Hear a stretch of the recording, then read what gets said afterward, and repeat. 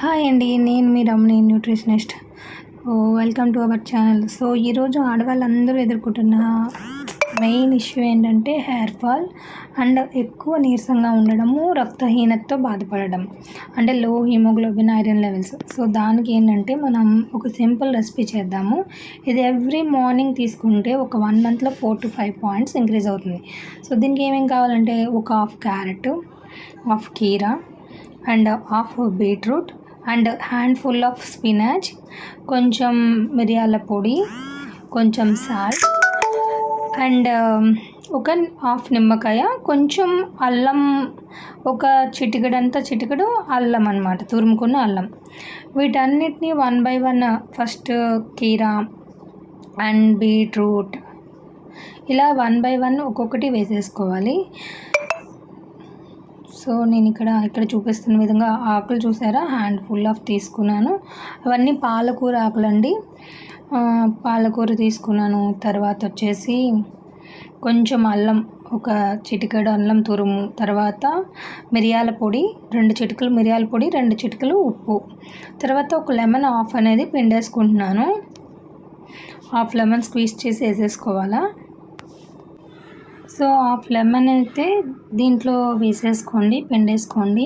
So ఈ అన్ని combinations కరెక్ట్గా ఉండాలి. అన్నీ ఇందులో చూపించిన విధంగా ప్రతిదీ తీసుకుంటే మీ బాడీలో ఐరన్ ఇంప్రూవ్ అవుతుంది. సో ఇదంతా కలిసి ఇందులో మనకి కొంచెం వాటర్ పోసుకుందాం. ఒక 1 గ్లాస్ అంటే 200 ml వాటర్ పోసేసుకొని మిక్సీ చేసేసుకోవడమే. ఓకేనా? అన్నీ కలిపాక మిక్సీ పట్టించేసుకోవాలి. ఇది బాగా మిక్సీ చేసేసుకోవాలి. ఒక 10 to 30 seconds మధ్యలో ఫుల్గా మిక్సీ చేసేసుకోండి. ఓకేనా? బాగా గ్రైండ్ అయిపోవాలంటే లోన అన్నీ చిన్న చిన్న ముక్కలు కోసుకొని వేసుకోవాలి. నేనైతే పెద్ద పెద్ద ముక్కలు వేసేసాను. సో పల్స్ చేయండి ఫస్ట్, తర్వాత కంప్లీట్ చేసేసుకోండి. చేశాక ఇది ఈ కలర్లో, ఈ కన్సిస్టెన్సీలో వస్తుంది. దీన్ని జల్లెడ లాంటివి ఉంటుంది కదా మన ఇంట్లో, పెద్ద జల్లెడ, దాంట్లో అయితే వేసేసుకోండి. వేసేసుకున్నాక బాగా స్ట్రెయిన్ చేయండి. మళ్ళీ అది సెకండ్ టైం కూడా యూస్ చేసుకొని మళ్ళీ ఇంకొక 1 గ్లాస్ వేసి తీయొచ్చు. ఎందుకంటే ఒకేసారికి మొత్తంగా దాంట్లో రాదు.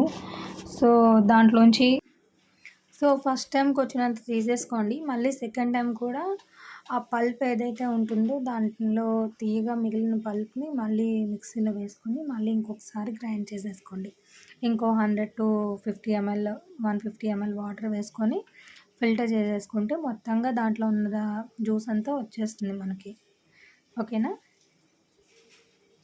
సో నేను ఇలా చూసుకుంటే నాకు 2-3 గ్లాసెస్ వచ్చింది. ఎందుకంటే ఈ ఐటమ్స్లో అన్నిట్లో కూడా వాటర్ ఐటమ్సే కదా, పల్ప్ ఏం రాదు. లాస్ట్లో 2 స్పూన్ పల్ప్ వస్తుంది. మనం అన్నీ వేసిన వాటిలోంచి వాటర్ ఎక్కువ ఉంటుంది.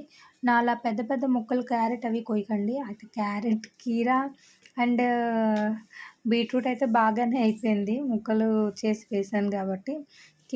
క్యారెట్ మాత్రం పెద్ద పెద్ద పీసెస్ ఉండిపోయి అవి అలా ఉండిపోతాయి. సో అట్లా చేయకండి. Second time and third time కూడా వేస్తున్నాను. ఇంకా పెద్ద పీసెస్ ఉన్నాయి కదా అని కోసి వేస్తున్నాను.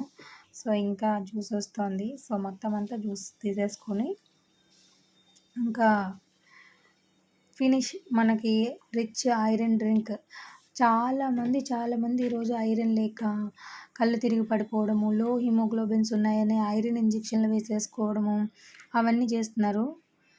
సో పనంతా అయ్యాక క్లీన్ చేసుకోవాలి. నేను ఇందాక బాగా చేయలేదు కాబట్టి మా మమ్మీ తిట్లుందని క్లీన్ కూడా చేసేసా. సో ఈరోజు చాలామంది అమ్మాయిలు ఐరన్ ఇంజెక్షన్లు వేసుకొని హెయిర్ ఫాల్ అవన్నీ అవుతున్నాయి.